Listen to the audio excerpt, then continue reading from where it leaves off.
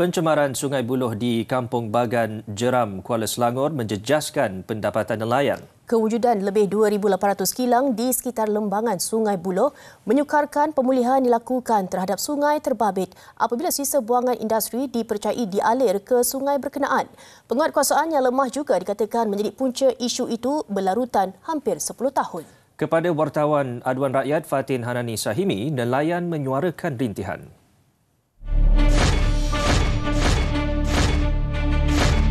Air hitam dan busuk seakan bau longkang itu dapat digambarkan kru kami ketika menyusuri sungai ini. Tidak sampai 5 minit menaiki bot, bau yang menusuk hidung cukup memeningkan kami. Baik, jam menunjukkan 11.04 pagi namun keadaan sungai masih lagi hitam dan apa yang saya nak tunjukkan ialah warna dan juga keadaan sungai yang berbau dan juga air yang hitam yang saya difahamkan telah berlarutan selama 4 hari dan para nelayan juga berkata keadaan sungai telah hitam bermula jam 10 pagi tadi sehingga tidak tahu sampai bila. Menurut nelayan, air sungai bertukar hitam sering berlaku pada sebelah pagi. Sebelum ni kadang-kadang dia selang seminggu sekali. Dia buang balik. Lepas tu kadang dia buang tu kadang 3-4 kali buang. Lepas tu dia berhenti lagi. Kalau mungkin dia ada dengar komplain, dia tahan jap air tu. Lepas tu dia dengar dia diam, dia buang balik. Dakwanya dia pernah memohon pihak berwajib untuk turun memantau pencemaran terbabit. Namun, usaha itu ibarat mencurah air ke daun keladi. Mengikut data Jabatan Alam Sekitar JAS Selangor, Sungai Buloh antara sungai utama di negeri itu yang berada dalam kategori tercemar dengan bacaan 64 Indeks Kualiti Air IKA. Pencemaran di sungai itu bukan sahaja menjejaskan pendapatan nelayan, malah ia turut mencemarkan imej sungai berkenaan sebagai kawasan tarikan pelancong. Dia bila time air surut tu, dia punya air semua akan jadi warna hitam. Dan berbau. Jadi kita bawa pelancong dari Korea ke China ke, customer pun komplain, apa ini air busuk sangat, berbau sampai tak boleh cakap. Customer dekat pun semua tutup macam ni je. Malulah kita.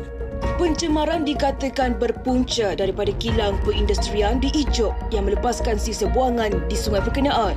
Malah isu kemerosotan hasil kerang di sungai itu pernah kami paparkan dalam Aduan Rakyat sebelum ini. Menurut Pengarah Jabatan Perikanan Negeri Selangor, pembiakan kerang di Sungai Buloh berkurangan sehingga 93% tahun lalu. Kita nak lihat dari segi punca-punca, sebenarnya banyak. Kita tidak bolehlah menunjuk pada satu sahaja penunjuk. Di antara penyebab-penyebabnya boleh jadi kepada perubahan hidrologi. Perubahan hidrologi yang boleh memberi kesan kepada spatfall. Dan juga sedimentation, iaitu apabila sedimen ini menjadi keras hasil deposit ataupun depurasi kulit-kulit kerang ni.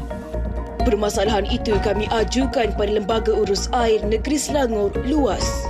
Pada 19 April lalu, LUAS dalam kenyataan tidak menafikan pencemaran didorong pelbagai sektor ekonomi termasuk aktiviti industri, komersial, perumahan, peternakan dan aquakultur yang menyumbang pada peningkatan efluen ke dalam sungai menjadi penyumbang pencemaran berkenaan. Dalam maklum balas terbarunya 11 September lalu, penilaian kaedah rawatan air terkini yang bersesuaian merawat mendapan kekotoran di kawasan dasar muara sungai berkenaan sedang dinilai oleh pihaknya. Pelaksanaan kajian kebersihan Sungai Buloh juga dilakukan dengan melaksanakan pensampelan in situ di kawasan ditetapkan iaitu di aliran hulu, hilir dan pertengahan bagi menilai status kualiti air dan mengawal risiko pencemaran. Emailkan aduan anda beserta nombor telefon untuk dihubungi ke aduanrakyat@tv3.com.my. Fatin Hanani Sahimi, Aduan Rakyat, TV3, ambil berat.